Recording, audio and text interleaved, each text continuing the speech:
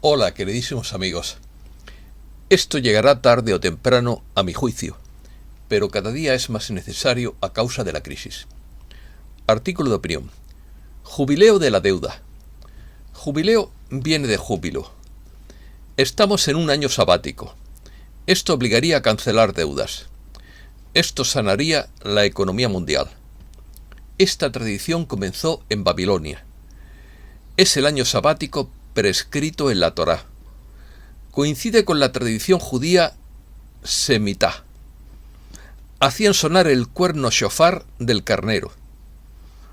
Duraría hasta el 26 de septiembre de 2022. Sería el único modo de evitar una depresión.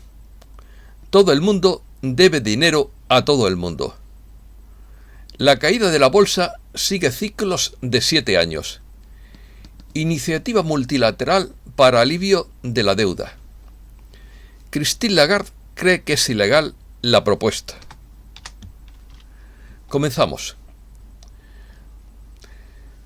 Todas las culturas antiguas de la humanidad, a partir de Sumeria, Babilonia y Asiria, tenían la tradición de dejar en barbecho la tierra cultivable cada 7 años para regenerar los cultivos y de reiniciar su economía del mismo modo, haciendo lo que se llama borrón y cuenta nueva o reinicio financiero. La cultura judía no es una excepción, sino una continuación de esta antiquísima costumbre. Todas las deudas debían ser canceladas periódicamente según esta tradición. Todo el mundo debe dinero a todo el mundo y no todos pueden pagar lo que deben, por lo que un jubileo económico sería la solución para liberarnos de la losa de la deuda. El año judío actual de Shemitah empezó el 7 de septiembre de 2021 y durará hasta el 26 de septiembre de 2022. En la antigua Babilonia, un rey recién entronizado declaraba un jubileo, borrando las deudas de la población. En la América moderna se está dando un leve eco de esa idea llamada jubileo light.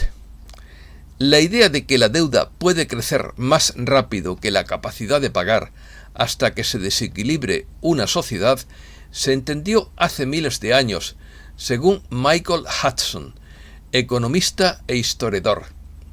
Y funcionó, dice. Las sociedades que cancelaron las deudas disfrutaron de un crecimiento estable durante miles de años.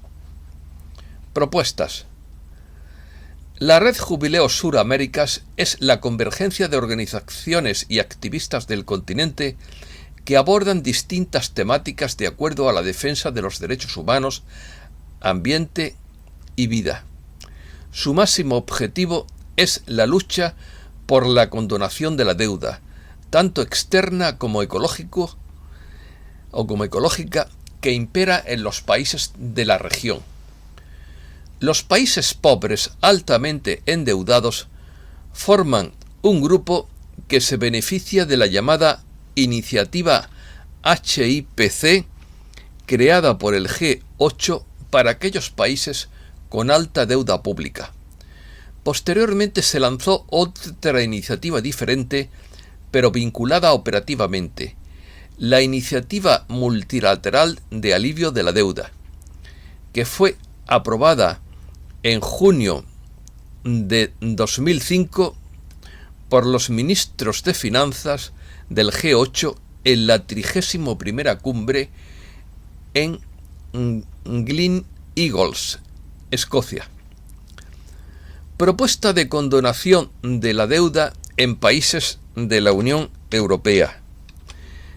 En 2021 se publicó la solicitud de 100 economistas europeos encabezados por el francés Thomas Piketty, solicitando al Banco Central Europeo la condonación de la deuda pública. La propuesta propone un contrato entre los Estados europeos y el Banco Central Europeo por la que los Estados miembros de la Unión Europea deben invertir las cantidades condonadas en programas de reconstrucción ecológica y social. Para los solicitantes, sería la mejor manera de reformar los criterios de deuda y déficit. Consideran necesaria la reestructuración de la deuda pública ante los problemas que estaba ocasionando en algunos países de la Unión Europea, espacio donde se ha dado una unión monetaria, pero no hay unión fiscal, lo que está ocasionando grandes desequilibrios. La presidenta del Banco Central Europeo, Christine Lagarde, como no, ha considerado ilegal, entre comillas, la propuesta con los tratados europeos. Origen bíblico. Según el de Deuteronomio 15:1-6, cada 7 años perdonarás las deudas, y esta es la manera como lo harás. Perdonarás a tu deudor, todo aquel que hizo empréstito de su mano, con el cual obligó a su prójimo. No demandarás más a tu prójimo o a tu hermano, porque es proclamado el perdón de deudas por el Señor. Al final de cada 7 años celebrarás el año de remisión. La idea del año de remisión es que cada acreedor remitirá cualquier deuda que tenga con su prójimo y hermano, cuando llegue el año de remisión de Dios. Si tienes algún derecho contra tu hermano por una deuda, debes renunciar a ella. Levítico 25:8, 11:8. Deben contar 7 semanas de 7 años, es decir, 7 años multiplicados por 7, lo cual dará un total de 49 años. Y el día 10 del mes séptimo, que es el día del perdón, harán sonar el cuerno de carnero en todo el país. El año 50 lo declararán ustedes año santo. Será un año de liberación y en él anunciarán libertad para todos los habitantes del país. Borrón y cuenta nueva. En pocas palabras, esto significa limpiar la pizarra o hacer tabula rasa. Significa reconocer que cuando las deudas crecen demasiado, los deudores caen irremediablemente en la pobreza. Y en estas condiciones, la única manera de restaurar los equilibrios económicos es eliminar las deudas incobrables, hacer un jubileo de la deuda. La palabra jubileo viene de la palabra hebrea yobel, o trompeta, porque según la antigua ley mosaica, se tocaba el shofar o cuerno del carnero para anunciar el año del Señor, el año en el que se debían cancelar las deudas personales. Estos reyes no actuaban de manera idealista al perdonar las deudas. Lo que trataban era de evitar que las ciudades-estado perdieran su fuerza de trabajo, ya que los deudores, al caer en esclavitud, estaban obligados a trabajar para prestamistas privados. También muchos deudores huían a otras ciudades, igual que los griegos emigraron después de su crisis de la deuda. Y los reinos sin manos de obra eran propensos a ser atacados por países rivales. Los paralelismos con el momento actual son notables, pero nadie sabe seguro lo que ocurrirá realmente. Estímulo económico. Un jubileo de la deuda es cuando un país u organización grande cancela la deuda y la borra del registro público. En pocas palabras, es una condonación de la deuda a gran escala. Algunos economistas creen en promulgar un jubileo como método para evitar una depresión. Cuando el gasto impulsado por la deuda es el catalizador para estimular la economía durante tiempos difíciles, aumenta la preocupación por la estabilidad económica a largo plazo. Históricamente, los llamados para un jubileo de la deuda se han producido cuando las naciones han estado al borde de una depresión económica. Los países han aplicado el alivio de la deuda a gran escala en el pasado para estimular la economía.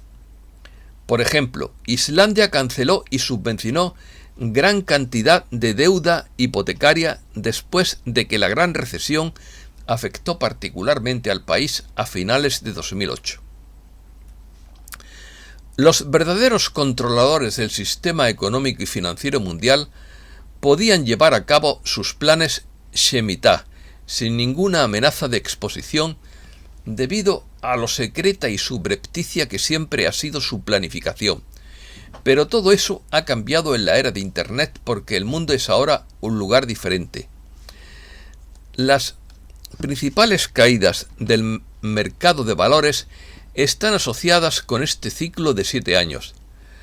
Dada la regularidad de las Shemitahs de 7 años, es prudente ser sabio en nuestras inversiones.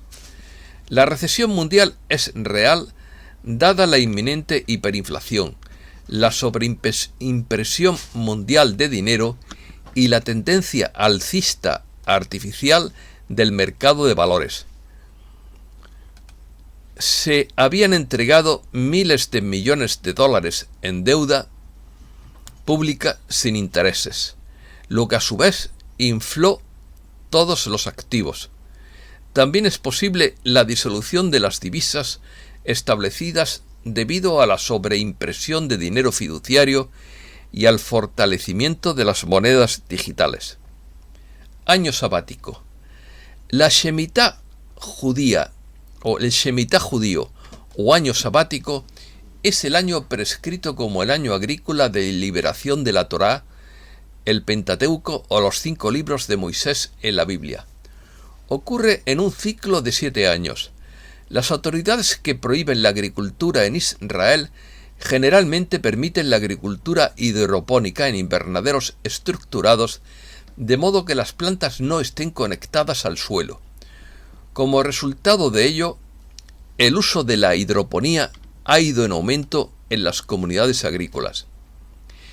El año sabático o Shemitah en hebreo significa literalmente liberación, también llamado año sabático o séptimo o sábado de la tierra. Es el 7º año de los 7 ciclos agrícolas de un año ordenado por la Torá y se observa en el judaísmo. Durante la Shemitah, la tierra se deja en barbecho y toda actividad agrícola, incluido el arado, la siembra, la poda y la cosecha, está prohibida por la ley judía. Otras técnicas de cultivo, como regar, fertilizar, deshiervar, rociar, podar y segar, se pueden realizar solo como medida preventiva, no para mejorar el crecimiento de árboles u otras plantas. Además, cualquier fruta o hierba que crezca por sí sola y donde no se vigile, se considera sin dueño y puede recogerla cualquiera. También se aplica una variedad de leyes a la venta, consumo y eliminación de productos Shemitah. El capítulo 25 del libro de Levítico promete abundantes cosechas a quienes observen la Shemitah y describen su observancia como una prueba de fe religiosa. Hay poca noticia de la observancia de este año en la historia bíblica y parece haber sido muy descuidada. El 7º descansó. El 7º año recurrente está reservado para descansar y liberar. Esto significa que las tierras agrícolas no se deben plantar ni cosechar, y las deudas se deben perdonar. En esta temporada, las propiedades privadas de la tierra deben abrirse a los necesitados, y los alimentos básicos como el almacenamiento y las cosechas deben redistribuirse libremente y ser accesibles para todos. La lógica detrás de todo esto es que se rompa el ciclo agrícola y de la deuda, y así la tierra pueda recuperarse después de 6 años de cultivo y cosecha continuos. Muy pocos entienden la verdadera diferencia entre el Shemitah y el Super Shemitah. Sin embargo, la diferencia es tan grande como el blanco y el negro. Mientras que el Shemitah ha sido un asunto dirigido por seres humanos, el Super Shemitah se desarrolla a través de la ordenación divina Especialmente un superchemitá sería imparable por ser ley natural. Condonación. Condonar significa perdonar o cancelar una deuda. La condonación de una deuda, también llamada remisión de una deuda o quita de una deuda, es el acto jurídico y económico mediante el cual una persona física o jurídica, una institución, banco, empresa, Estado, que es acreedora de otra, decide renunciar a su derecho liberando del pago a la persona deudora. El concepto de condonación de una deuda se utiliza desde la antigüedad hasta el siglo XIX y se refiere a las deudas nacionales, tanto deuda interna como externa. A finales del siglo XX, el concepto de condonación o cancelación de una deuda pasó a referirse principalmente a la deuda externa del tercer mundo, es decir, a los países pobres muy endeudados, que empezó a crecer y a hacerse impagable con las diferentes crisis económicas y financieras. También se aplica a los individuos de los países desarrollados, a quienes las diferentes crisis y de manera más generalizada a la gran recesión de 2008, ocasionada por burbujas económicas e inmobiliarias, dejó en situación de desempleo, desahucio o con créditos insostenibles e impagables. Diversas organizaciones y ONGs solicitan la condonación parcial o total de la deuda externa de los países del tercer mundo. Barbecho. El barbecho es una tierra labrantía que no se siembra durante 1 o más años para que descanse. El barbecho es una técnica de la agricultura por la cual la tierra de cultivo se deja sin sembrar durante 1 o varios ciclos. Su objetivo es recuperar y almacenar materia orgánica y humedad, junto con evitar patógenos, esperando a que sus ciclos terminen sin poder volver a renovarse debido a la falta de hospederos disponible. El barbecho consiste en dejar descansar una parcela de tierra durante 1 o varios años antes de volverse a cultivar, cuando generalmente se hace limpieza de ésta quitándole las malas hierbas, espinos y malezas. Entonces se dice que se barbechea, es decir, que la parcela se labra disponiéndola con el fin de tenerla lista para la siembra. Es una técnica que se usa en la rotación de cultivos para que se repongan los nutrientes y la composición química del suelo antes de otro tiempo de cosecha, para que naturalmente se pueda restaurar el equilibrio de los elementos que componen la tierra. Durante el tiempo que permanece sin cultivar, el suelo es sometido a una serie de labores con el fin de mejorar su predisposición al cultivo.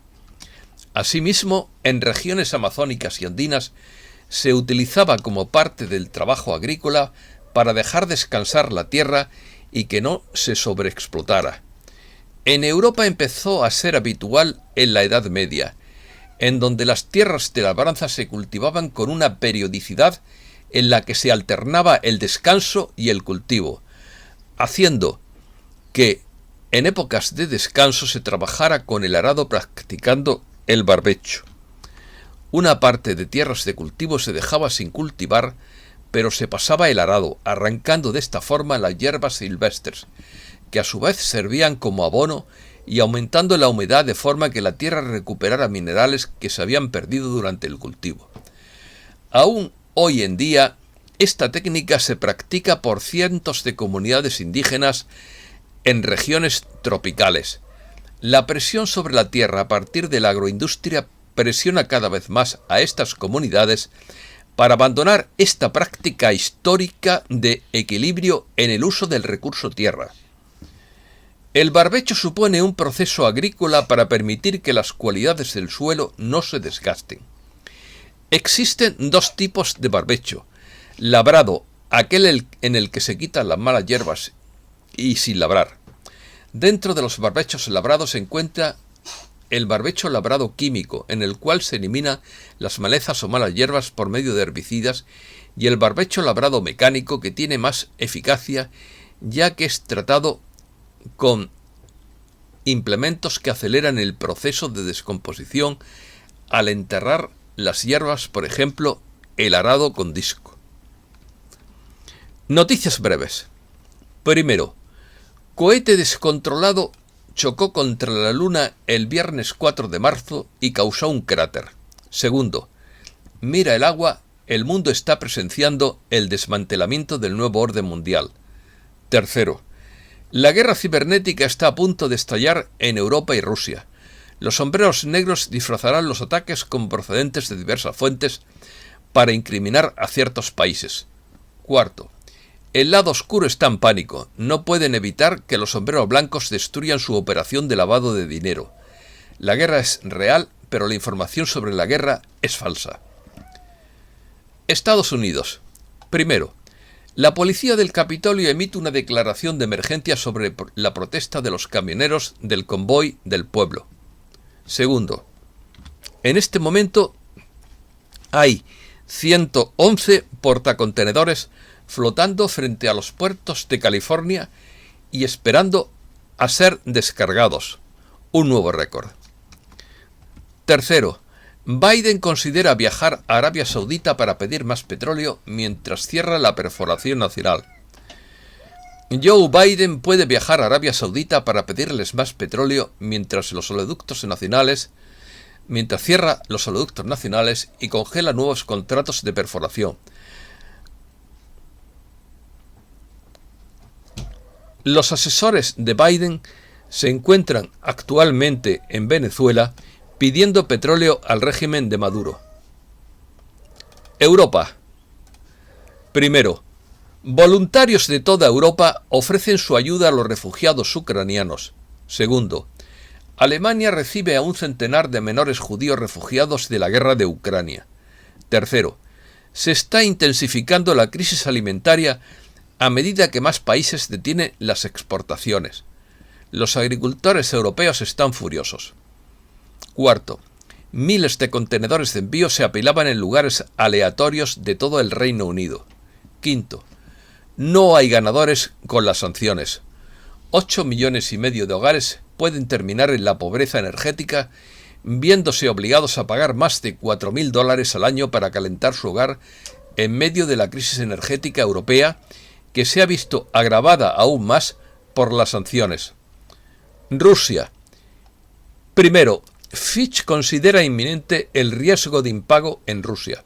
Segundo, Estados Unidos trabaja sobre el vacío legal en sanciones vinculadas a criptomonedas para aplicarlas a Rusia. Tercero, dan 45 días a las compañías para cumplir con su contrato antes de que entre en vigor el embargo contra Rusia. Cuarto, senadores estadounidenses presentan un proyecto de ley para sancionar la compra de oro. Ruso, me refiero. Quinto, ¿volverá Rusia a usar el patrón oro? Moscú planea eliminar su impuesto del 20% sobre los particulares que compran metales preciosos. Al mismo tiempo, la compra de dólares se hará más difícil con un impuesto.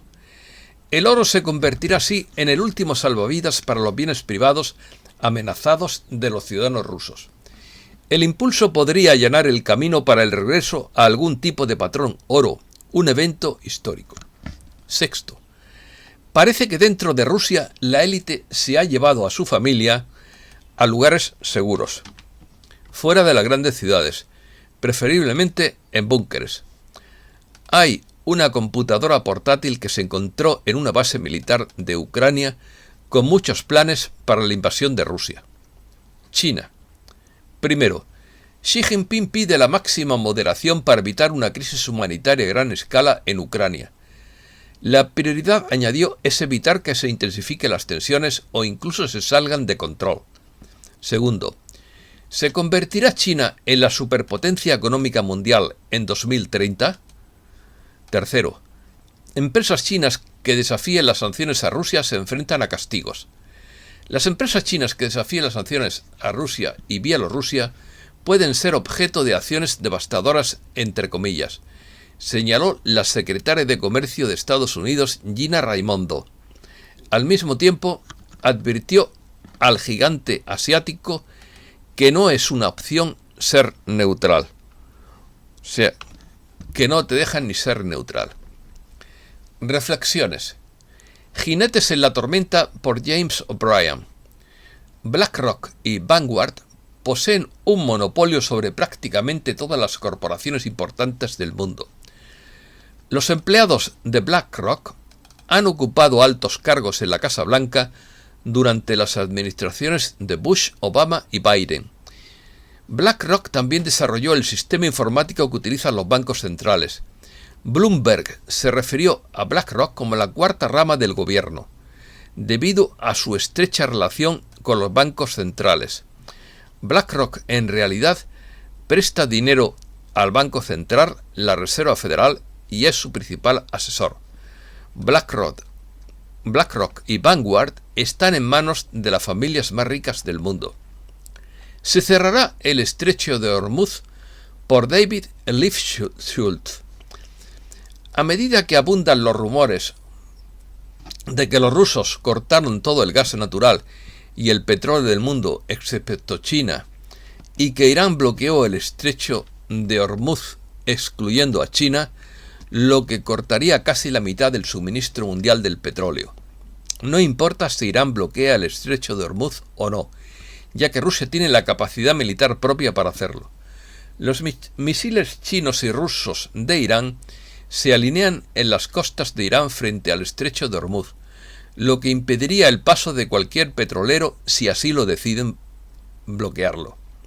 Según Goldman Sachs, el cierre de Hormuz elevaría el precio del petróleo a $1.000 el barril, lo que haría que el costo del petróleo superara el 40% del PIB mundial y colapsaría la bolsa de Nueva York. Esto es todo y muchísimas gracias, queridísimos amigos.